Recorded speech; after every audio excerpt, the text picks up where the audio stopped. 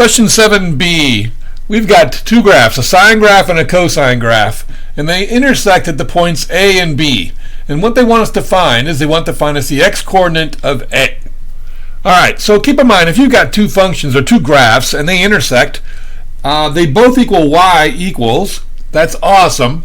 Since they both equal y, I can set them equal to herself because obviously if they intersect at that point, the y's must equal each other. So these other parts must also equal each other. So I end up with sine x equal 2 cosine x. Well, notice I only have cosine and sine, so I can divide both sides by cosine, giving me tangent x equal to 2. Well, this is pretty easy to solve. I just do the inverse of tan.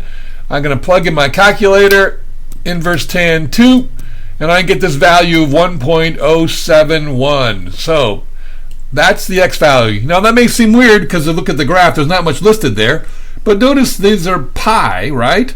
What we found is we found the x value. The pi is 3.14 and the negative pi is negative 3.14. So what we've got here is this x value of 1.107. That's basically 1.107 radians. All right, so that's where that's going to be located.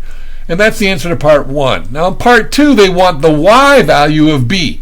So we're going to have to find the x value of part b, but then find the y. That's just the other angle. I'm going to subtract 180, or pi, in this case, because we're dealing with radians.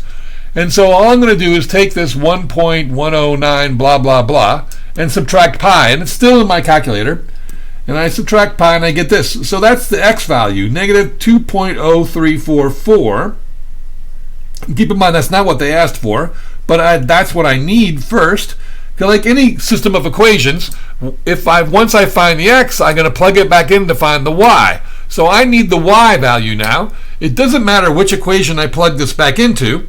Take the 2 cosine x. If I plug in this 2.0344, and I'm going to use the exact number because it's still sitting on my calculator. So I'm going to do 2 cosine, and then just do answer.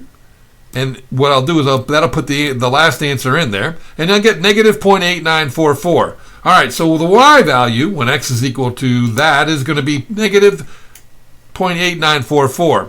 And like I said, it didn't make a difference which equation I used. I can try the other equation and put in this negative 2.344, and I should get the same exact value.